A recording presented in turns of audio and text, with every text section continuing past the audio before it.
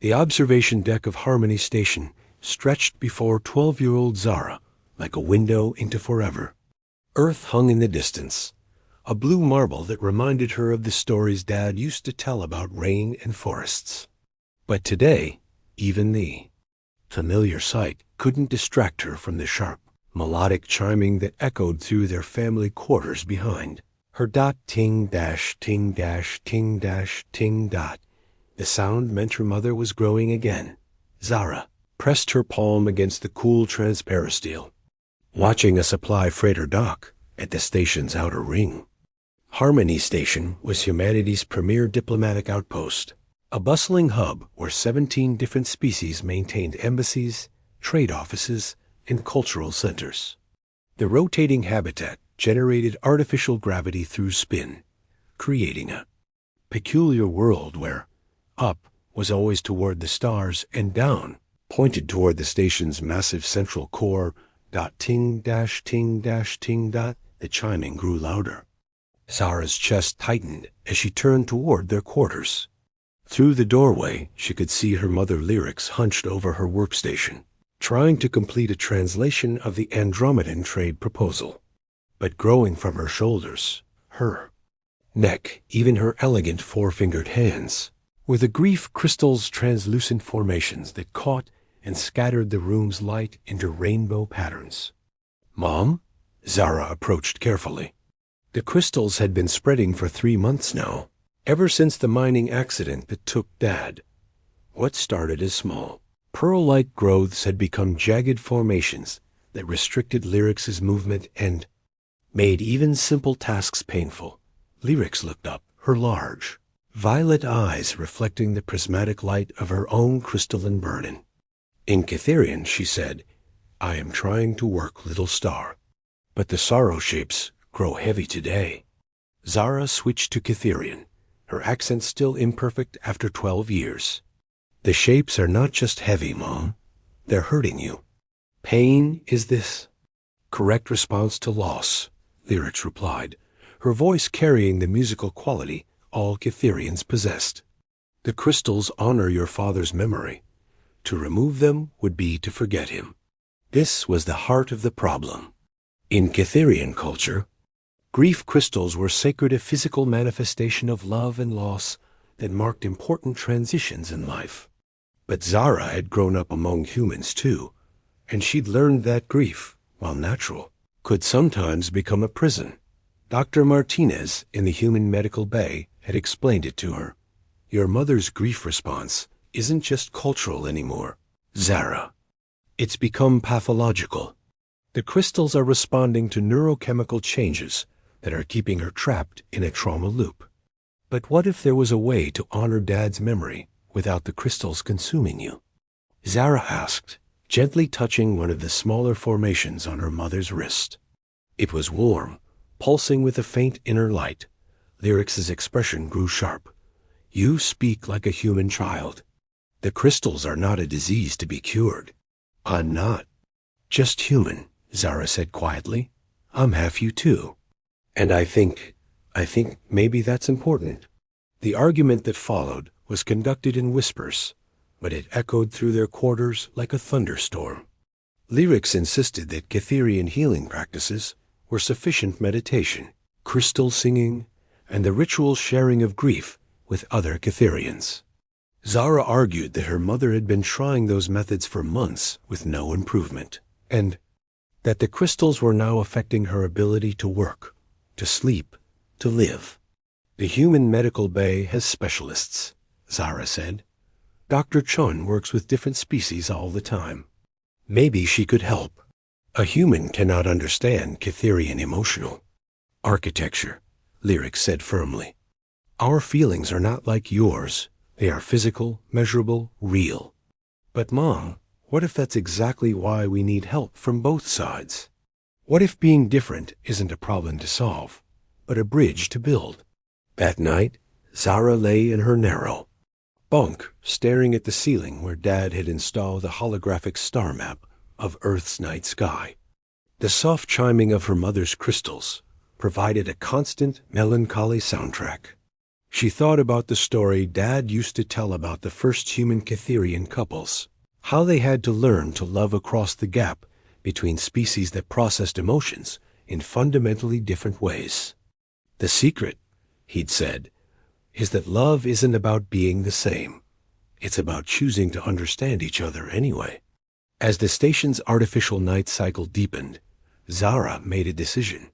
Tomorrow, she would go to Dr. Chun not to cure her mother, but to learn how to build a bridge between two different ways of being broken, and maybe two different ways of healing. Dr. Sarah Chan's office was a study in controlled chaos.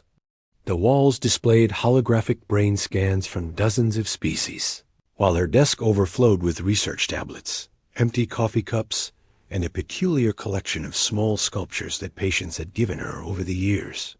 A vegan crystal song player hummed softly in the corner, providing what she called neutral emotional background. "Tell me about the crystals," Dr. Chan said, settling into her chair across from Zara. The human therapist was younger than Zara had expected, maybe 35, with short black hair and eyes that seemed to take in everything at once. Zara had been rehearsing this conversation for 2 days. In Cytherian physiology, emotions aren't just feelings. They're biochemical events. They can manifest as physical structures. Joy creates flowing, warm formations. Anger makes sharp, hot spikes. And grief. She paused, trying to find the right words. Grief creates these beautiful hollow crystals that grow until they're processed. And your mother's crystals aren't processing naturally? They're stuck, Zara said, growing larger, spreading further, but never resolving. In Cytherian culture, this is seen as a sign of deep love. The greater the loss, the more magnificent the crystal formation. But it's been 3 months, and they're starting to interfere with her nervous system. Dr. Chun leaned forward. What do you think is preventing the natural resolution? This was the question Zara had been dreading. I think it's because she's trying to grieve like a full Cytherian, but she's not. She lived with Dad for 15 years. She learned to experience emotions in human ways, too, through words, through shared memories, through physical comfort. But now she's trying to process his death using only Cytherian methods. And you think that's creating a conflict? I think she's stuck between 2 ways of being sad, Zara said. And instead of choosing one, she's trying to do both, which means she can't do either properly. Dr. Chun was quiet for a long moment. Zara, what you're describing is something we call cultural code switching. The ability to move between different cultural frameworks depending on context. But grief is particularly challenging because it's so fundamental. Your mother isn't just mourning your father. She's mourning the version of herself that existed in relationship to him. So how do we help her? We don't, Dr. Chun said gently. At least, not directly. I can't treat your mother because I don't understand Cytherian emotional architecture well enough. And Cytherian healers can't help because they don't understand the human emotional patterns she's internalized. But you ... I'm both, Zara finished. You're a bridge. You understand both systems from the inside. But that also means you're probably the only person who can help translate between them. The next week was intense. Dr. Chun taught Zara the basics of cognitive behavioral therapy, mindfulness techniques, and narrative therapy, all adapted for cross-species application. They studied Cytherian crystal formations, learning how different therapeutic approaches might influence their growth and resolution. The key, Dr. Chun explained, is not to fight the crystals, but to help them fulfill their function. In Cytherian culture, grief crystals are supposed to eventually become memory crystals, permanent but non-growing formations that honor the deceased.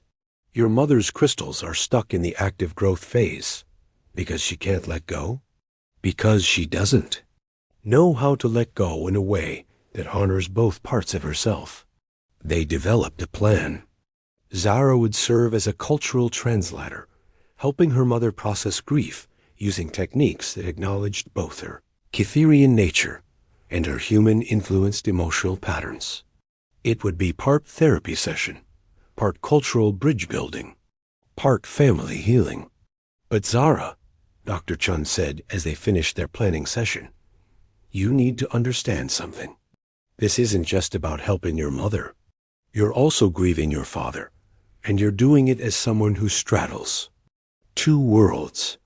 This process might bring up things for you too. Zara nodded, though she wasn't sure she was ready for what that might mean. When do we start? Tomorrow. But first, you need to get your mother to agree to try. And that might be the hardest part of all. That evening, Zara found Lyrics in the observation lounge, sitting alone while her grief crystals caught the light from a nearby nebula. The formations had grown again. Now they covered most of her upper body, creating a glittering, sorrowful armor. Mom, Zara said in Cytherian, I want to try something, but I need you to trust me. Lyrics looked at her daughter, and for a moment, Zara saw past the alien features to the pain that transcended species. What do you propose, little star? I want to help you find a way to honor Dad that doesn't require you to carry all this alone. Not human healing, not Cytherian healing, but something new. Something that's just ours. The crystals chimed softly as Lyrics considered this. Finally, she said, Show me.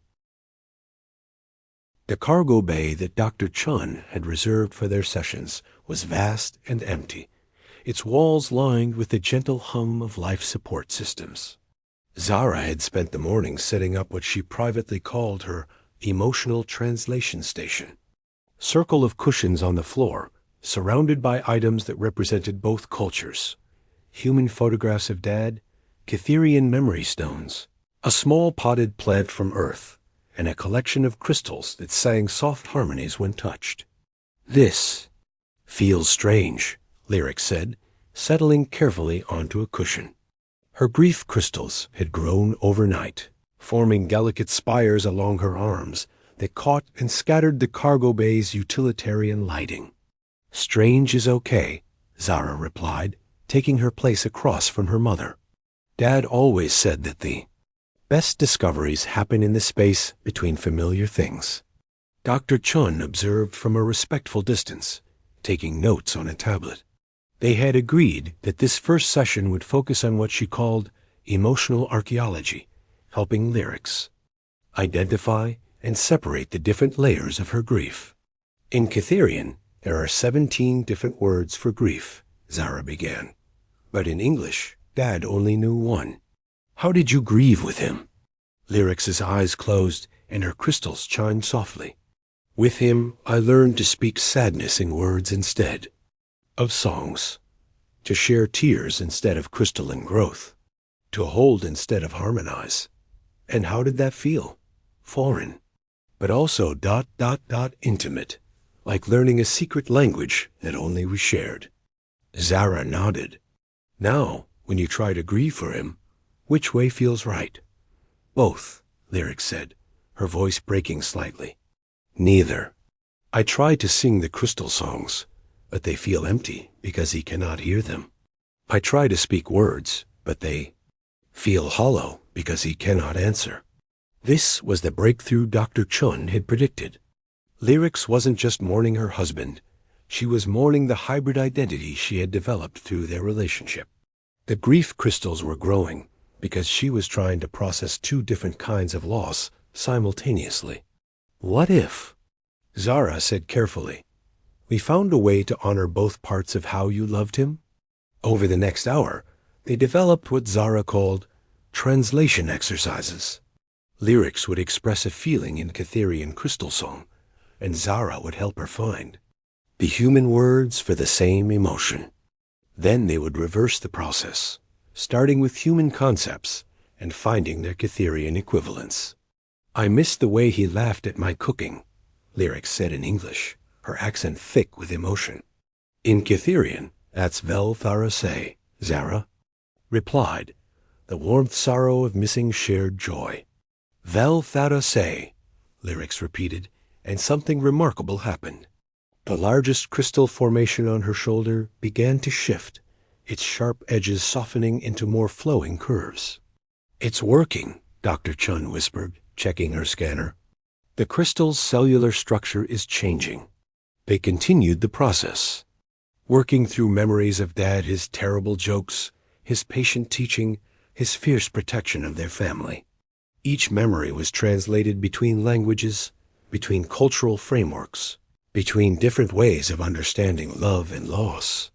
He used to say that grief was love with nowhere to go, Lyrics said. But in Cytherean philosophy, love always has somewhere to go into the crystals, into the memory songs, into the continuation of the family line. "So maybe," Zara said, "your grief is stuck because you're trying to send love to somewhere that doesn't exist yet. A place between human and Cytherean, where both ways of remembering can live together." As the session ended, Lyrics's crystals had transformed noticeably. While they hadn't shrunk, they had changed from jagged, growing formations into more stable, geometric patterns. Dr. Chun's scans showed that the cellular stress markers were decreasing. "How do you feel, Mom?" Zara asked. "Tired," Lyrics said, "but also lighter, as if I have been carrying a song that was too complex for one voice. And now I have learned to sing it in harmony with myself." But as they packed up their makeshift therapy space, Zara noticed something troubling. Her own reflection in the cargo bay's polished walls showed subtle changes, faint, crystal-like formations along her jawline that she had never seen before. "Dr. Chun," she said quietly, pulling the therapist aside, "I think something's happening to me, too." Dr. Chun's scanner confirmed what Zara had feared. "You're manifesting your own grief crystals," she said. "The emotional work you're doing is activating dormant Cytherean genes. Your body is processing your father's death in ways that your human upbringing never taught you to recognize. Is that bad?" "It's complicated. You're not just translating between your mother's two emotional systems. You're integrating them within yourself. That's incredibly powerful, but it also means you're taking on a kind of emotional load that most people never experience." Zara touched the small formations on her face. They were warm, and they hummed with a barely audible frequency that seemed to resonate with her heartbeat. "What happens if I keep helping her?" "I don't know," Dr. Chun said honestly. "You're entering uncharted territory. But I think that's exactly where you need to be." That night, Zara dreamed of her father's voice singing Cytherean lullabies, while her own reflection grew more crystalline with each note. She woke to find her mother sitting beside her bed, gently touching the new formations on her daughter's face. "I am sorry, little star," Lyrics whispered. "I did not know that helping me would change you." "Maybe changing isn't the problem," Zara said. "Maybe the problem is being afraid of who we might become." The breakthrough came during their fourth session, when Zara realized that her own crystalline growth wasn't a side effect of helping her mother. It was an essential part of the process. She was becoming a living bridge between two ways of experiencing grief, and that transformation was exactly what both she and Lyrics needed. "Look," she said, holding up her hand to show the delicate crystal formations that had appeared along her knuckles. "They're not like yours, Mom. They're not growing from pain or trying to hold on to something. They're growing from understanding. Double quotes. Dr. Chun's scanners confirmed what Zara had intuited. "Your crystals are structurally different from your mother's," she said. "They're not grief crystals at all. They're empathy crystals. They're forming because you're processing two different emotional systems simultaneously." "What does that mean?" Lyrics asked. "It means Zara is becoming something new," Dr. Chun said. "A hybrid emotional translator. Someone who can experience and process feelings in ways that pure humans or pure Cythereans cannot." The implications were staggering. If Zara could successfully integrate both emotional systems, she wouldn't just be helping her mother, she would be pioneering an entirely new form of interspecies psychology. But there are risks, Dr. Chun warned. No one has ever attempted this kind of integrated emotional processing. We don't know what the long-term effects might be. I want to try, Zara said. For Mom and for Dad, and for all the other hybrid families who might face this someday. Their next session was different. Instead of just translating between languages and cultural frameworks, Zara began to actively channel both emotional systems. Within herself, she would feel her mother's grief in Cytherean crystal song, then process it through human cognitive frameworks, then find ways to express the resulting understanding that honor both traditions. I can feel what you're feeling, she told her mother during one intense moment. The way the crystals want to grow, but also the way your human-learned heart wants to speak the loss in words.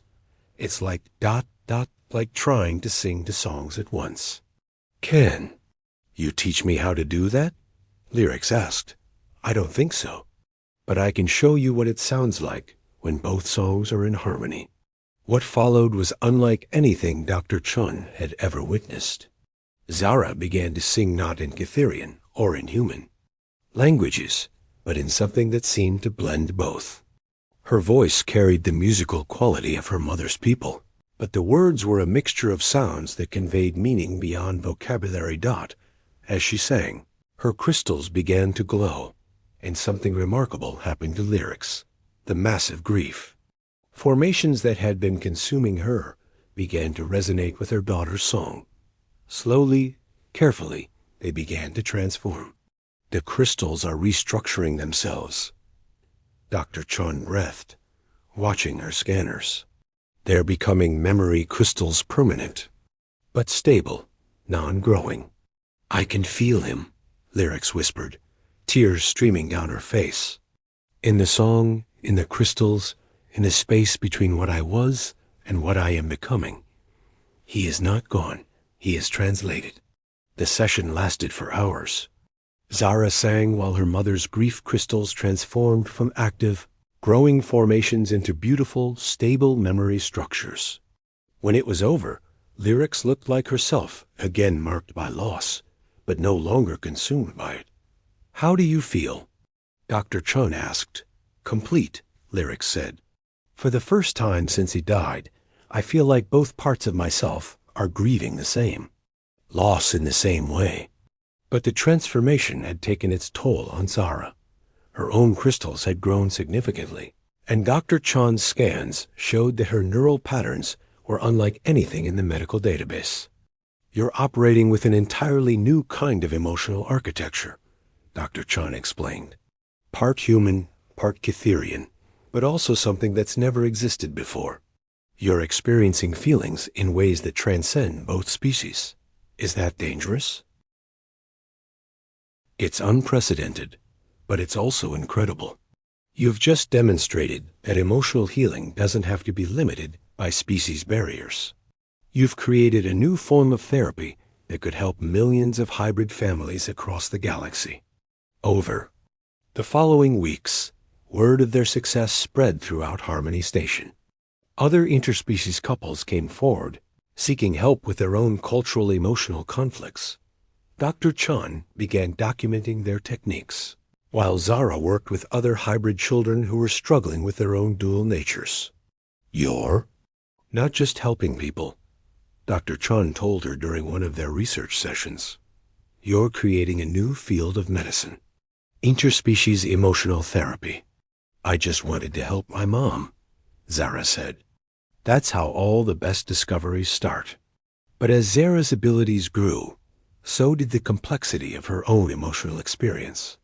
She found herself processing not just her own grief for her father, but the grief of every family she helped. The empathy crystals that had formed along her arms and face allowed her to literally feel what others felt, creating a kind of emotional resonance that was both powerful and overwhelming.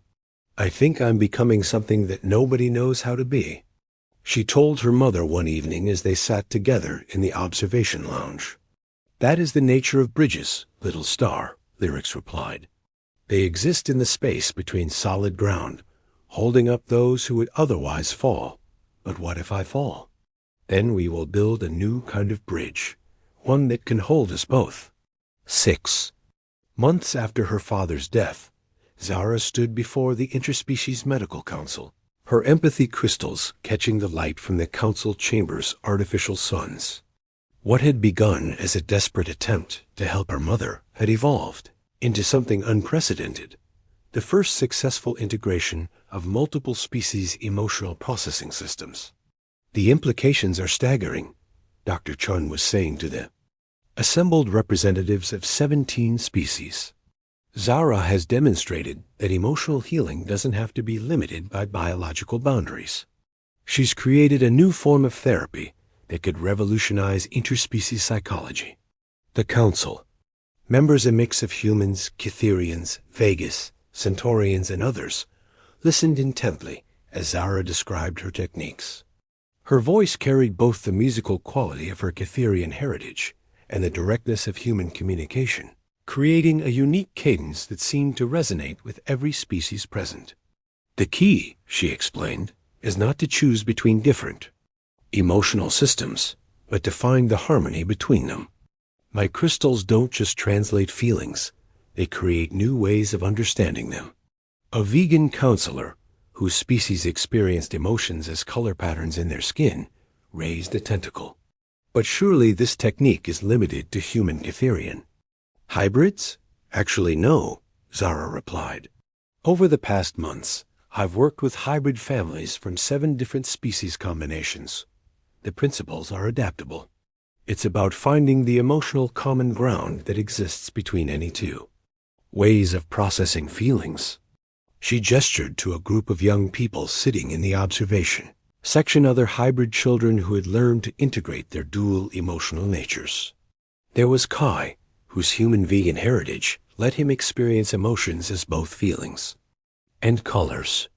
There was Nyx, whose Cytherian Centaurian crystals could harmonize with the telepathic emotional fields of her father's people. Each had found their own way to bridge the gap between their parents' emotional worlds. "We're not trying to replace traditional healing methods," Zara continued. "We're trying to expand them, to create new possibilities for families who exist between worlds." The discussion that followed was intense.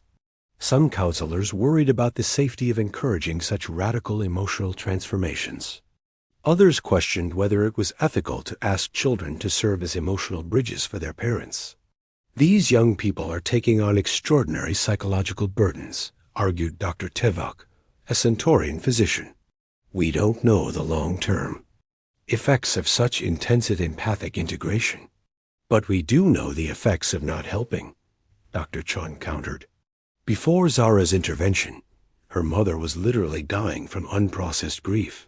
Now she's not just healthy, she's become a counselor for other interspecies families. It was true.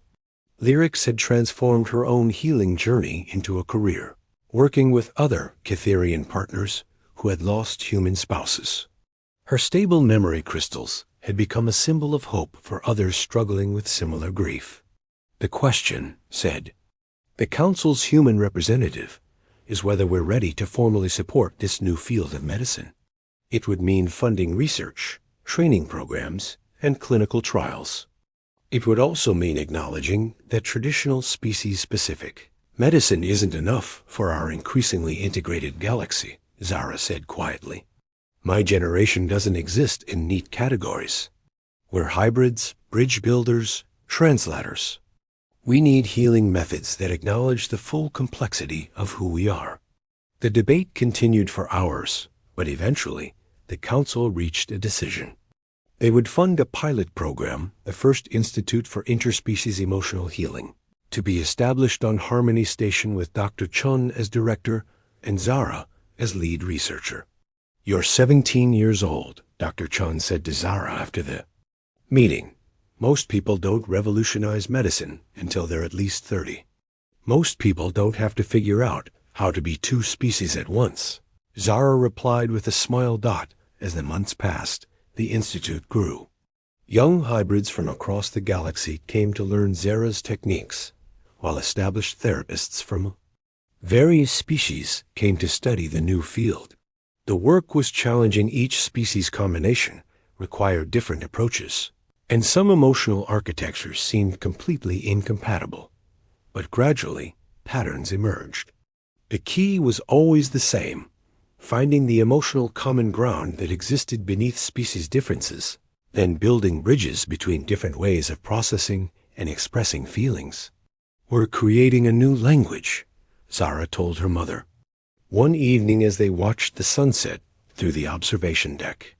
Her empathy crystals had stabilized into beautiful flowing patterns that seemed to shift and dance with her emotions. Not just for healing, but for understanding what it means to be more than one thing at once. "Your father would be proud," Lyric said, her own memory crystals chiming softly in harmony with her daughter's formations. "I think he'd be amazed," Zara replied. "He always said that love was about choosing to understand each other anyway. But I don't think he imagined that understanding could literally change your biology." As the station's artificial night settled over them, Zara reflected on her journey. What had begun as a desperate attempt to save her mother had become something much larger, a new way of thinking about identity, healing, and the possibilities that existed in the spaces between categories. She was no longer just human or Catherian, but something new, a bridge builder, an emotional translator, a living proof that the future belonged to those who could find harmony between different ways of being. And in the gentle chiming of her crystals, she could hear her father's voice, singing her forward into that uncertain, beautiful future. End author's note. This story explores themes of cultural identity, intergenerational trauma, and the unique challenges faced by those who exist between worlds. Asterisk.